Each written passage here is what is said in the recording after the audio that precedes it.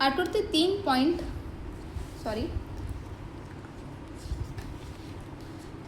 3.27 में एम का मतलब आसन कौन सीट याद कीजिए। यदि A B D C, A B यहाँ पर हम देख सकते हैं ए बी डी सी, और हमें पता है कि सी और बी आसन कौन है। समांतर रेखा के एक और की जब रेखा हमें एक तिर्यक रेखा काटती है तो ये और ये जो कोण होते हैं मतलब पड़ोसी कोण आसन कौन होते हैं। जिस तरह के ये बी सी और ए डी, इसमें क्या होना, समांतर होना बहुत ही जरूरी है। ठीक है, सब भुजाओं का समांतर होना बहुत जरूरी, तभी हमें आसन कोण बिन सकते हैं। तो हमें यहाँ पर क्या बताया है, ए बी और सी डी, तो ये कौन से है, ये है आसन कोण।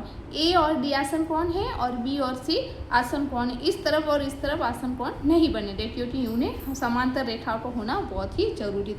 तो इसे विधि पूर्वक करते हैं। आओ, तो यहाँ पर लिखना है, दिया गया है, दिया गया है, दिया गया है, क्या दिया गया है वो हमें लिखना है, कोण बी बराबर 120 डिग्री।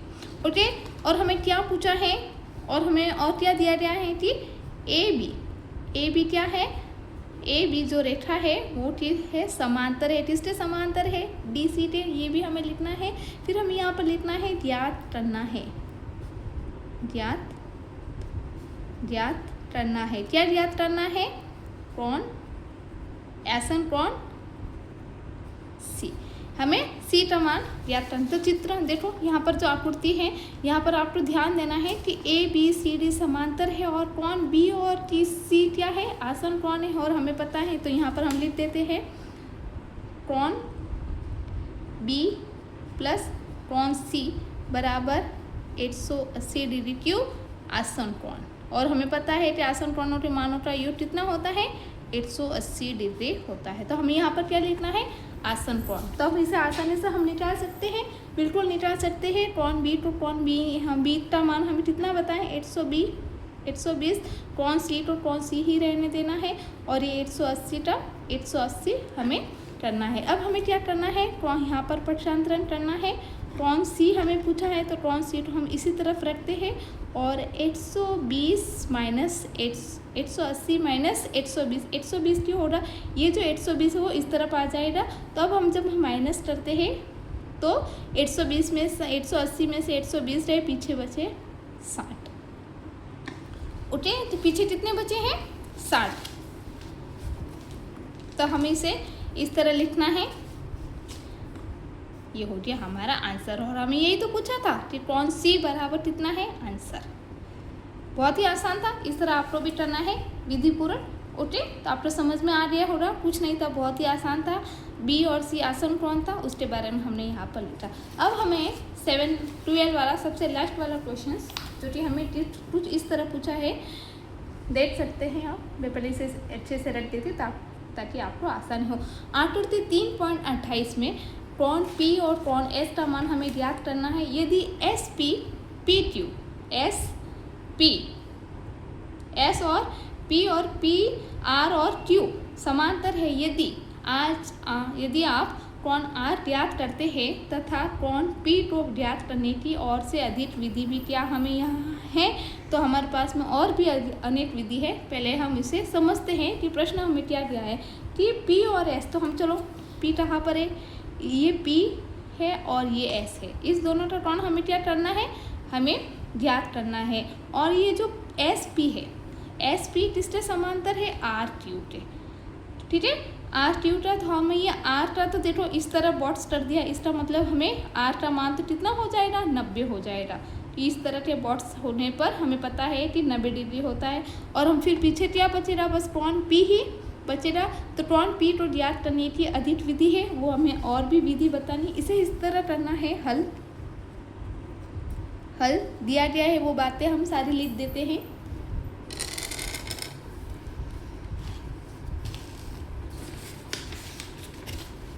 दिया गया है,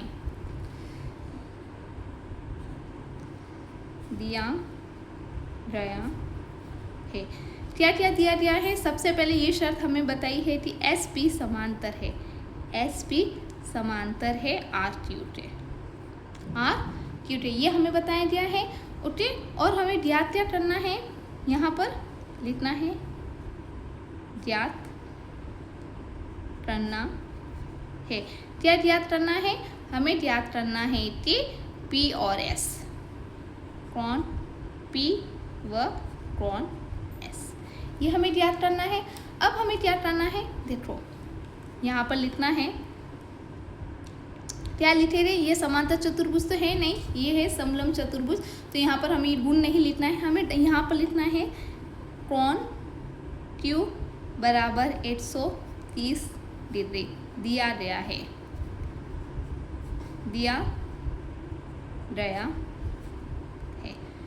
कि कोण Q बराबर 130 डिग्री, तो कोण Q प्लस कोण P बराबर कितना हो रहे हैं? 180 डिग्री। क्यों हो रहे? आसन कोण, आसन कोण।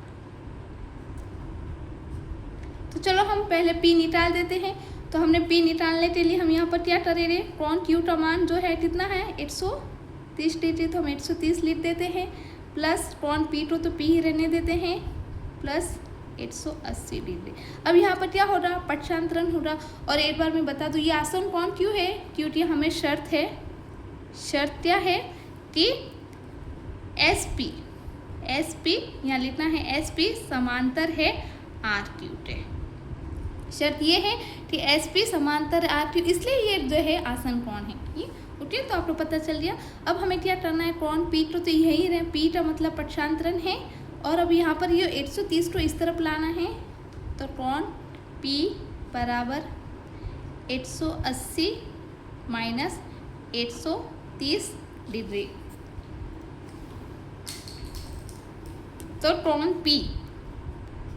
P कितना आया है? 180 में से 130 जाएगा तो कोण P आया है 50 डिग्री। अब इस तरह से अंडर रूट कर देते ताकि आपको, तो हमें कोण P का तो मान हमें ज्ञात हो गया। अब हमें पता करना है कोण को, ये P का मान हमें ज्ञात, अब हमें ज्ञात करना है S का। और देखो यहाँ पर क्या है? R और S भी क्या है? आसन कोण है। क्यों है? क्योंकि हमें यहाँ पर समांतर रेखाएं दी रही थी, R Q समांतर है S है, तो S भी क्या होगा? R है। और R हमारा कितना हमें प्रश्न में बताया गया, ये इस तरह का मतलब क्या होता है? 90। यहाँ पर लिखना है कोण R बराबर 90 डिग्री आकृति अनुसार, आकृति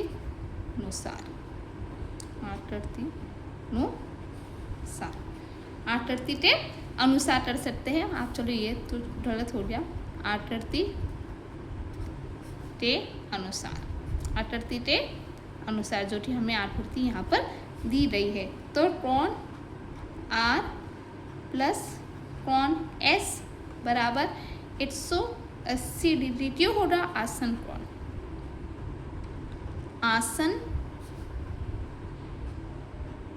कोण, शर्त क्या शर्त है? कि एस पी समांतर है आर क्यू टे, इसलिए। ओके, तो हमें यहाँ पर बस आर का मान तो हमें पता है कितना आया है? 90 डिग्री, प्लस कोण S बराबर 180 डिग्री। अब हमें यहाँ पर क्या करना है? पक्षांतरण करना है, कोण S इसी तरफ और 180 माइनस 90, तो कोण S का मान भी हमें कितना आया है? कोण S बराबर हमारा आया है 90। तो आप देख रहे हैं कोण P का मान भी हमें मिल गया है 50 और कोण S का मान भी हमें मिल गया है 90। तो हमें दोनों का मान तो हमें मिल गया है, लेकिन हम यहाँ पर एक पूछा है, आप R ज्ञात करते हो, यदि आप R ज्ञात करते हो, यदि आप हमें R ज्ञात कर लिया है, अगर आप R ज्ञात करते हो तो क्या M मतलब P को ज्ञात करने की अधिक विधि है? आसन कोण जो P है, ये वाला P, अगर हमने R प्राप्त कर लिया है तो क्या आप P को ज्ञात करने की अधिक विधि है? तो बिल्कुल हमारे पास में अधिक विधि है। हम किस तरह लिख सकते हैं कि हाँ हम जानते हैं कि चतुर्भुज के चारों कोणों के मापों का योग 180 डिग्री होता है। ये अलग अन्य विधि यहाँ पर लिख सकते हैं आप। अन्य विधि, तो हमें एक अन्य विधि के बारे में पूछा गया है तो हम यहाँ पर अन्य विधि लिख सकते हैं। तो ये चतुर्भुज है, 1 भुजा, 2 भुजा, 3 भुजा और 4 भुजा। तो हमें पता है R कितना है, 90 है, Q कितना है, 130, और हमें बस क्या पूछा है कि आप R तो हमें ज्ञात, बस P को ज्ञात करनी थी, और विधि है क्या, ये हमारा P है तो हमें P को बस ज्ञात करना है। तो अगर हम तीनों कोण हमें पता है तो हम P को आसानी से निकाल सकते हैं। तो हम यहाँ पर लिख सकते हैं कि चतुर्भुज के चारों कोणों का योग 180 होता है मापों का। तो इस तरह हम लिख सकते हैं कोण P प्लस कोण Q प्लस कोण R प्लस कोण S। Q है 180, यहाँ पर हमने शर्त लिखी है। ओके, तो हमें P हमें बोलना है तो P को हम इसी तरह रहने देते हैं। कोण Q जो है वो 130, कोण R जो है वो 90 और कोण S जो है वो है 90 बराबर 180 डिग्री। सॉरी 180 नहीं होता है, यहाँ 360 होता है। मैं त्रिभुज ही समझ बैठी हूँ। 360 डिग्री, बहुत बड़ी मिस्टेक हो रही, वेरी वेरी सॉरी। मेरा त्रिभुज का ही मुझे ध्यान था, एकदम से मैं भूल रही। तो चतुर्भुज के चारों कोणों का मापों का योग कितना होता है, 360 डिग्री होता है। तो आओ इसे जब हम सॉल्व करते हैं, कोण P को इसी तरफ रहने देते हैं, प्लस 90 और 90 130 प्लस 180 बराबर 360 डिग्री। अब कोण P प्लस, अब इन्हें जोड़ते हैं। चलो रफ्तारी के सहायता से मैं आपको जोड़ के बता दूँ। 180 और 130, 0 तो 0, 8 और 3 12, और कितने आया 308 और 3 11, और 1 2 3 310। तो हमारा कितना आ रहा है, P प्लस ये इंटू जब हमने योग किया तो आया 310 डिग्री बराबर 360 डिग्री। अब यहाँ पर क्या हो जाएगा, P पक्षांतरण हो जाएगा। P पक्षांतरण कोण P इसी तरफ रहेगा, और जब 360 में से माइनस जब 310 हो गए तो हमें जब कोण P का जो मान होगा, कोण P बराबर 50 डिग्री। ओके, तो इस तरह हमें सारी बातें लिखनी है, दिया गया है, याद करना है, सारी बातें हमें यहाँ विधि पूर्वक करना है, जिससे कि आपको हर एक चीज़ को आसानी होगी समझने में। क्या होता है, कई बार हम इस तरह नहीं लिखते, हम जल्दबाजी में आधा ही करते हैं, छूट जाते हैं। तो जब हम उसे वापस चेक करते हैं तो हमें समझ में नहीं आता कि ये संख्या कहाँ से आई। इसलिए मैं हमेशा बताती हूँ कि हर चीज़ को विधि पूर्वक क्या करें। ये कौन कैसे आए, आसन कौन है, शिक्षा भूमिक कौन है, ये जिस तरह भी है वो सारी बातें आपको शर्त लिखनी है। और क्योंकि जो शर्त होती है, जो सूत्र होते हैं, हम बाद में भूल जाते हैं, लेकिन लिखी हुई चीज़ हम नहीं भूल सकते। तो इस तरह आपको हर एक चीज़ को, नोट्स को लिखना है ताकि आपको आसानी हो इसे याद रखने में। अगर आपको वीडियो पसंद आता हो तो लाइक करें, शेयर करें, सब्सक्राइब करें। मिलते हैं अगली वीडियो में, तब तक वंदे मातरम। वंदे मातरम। Thank you.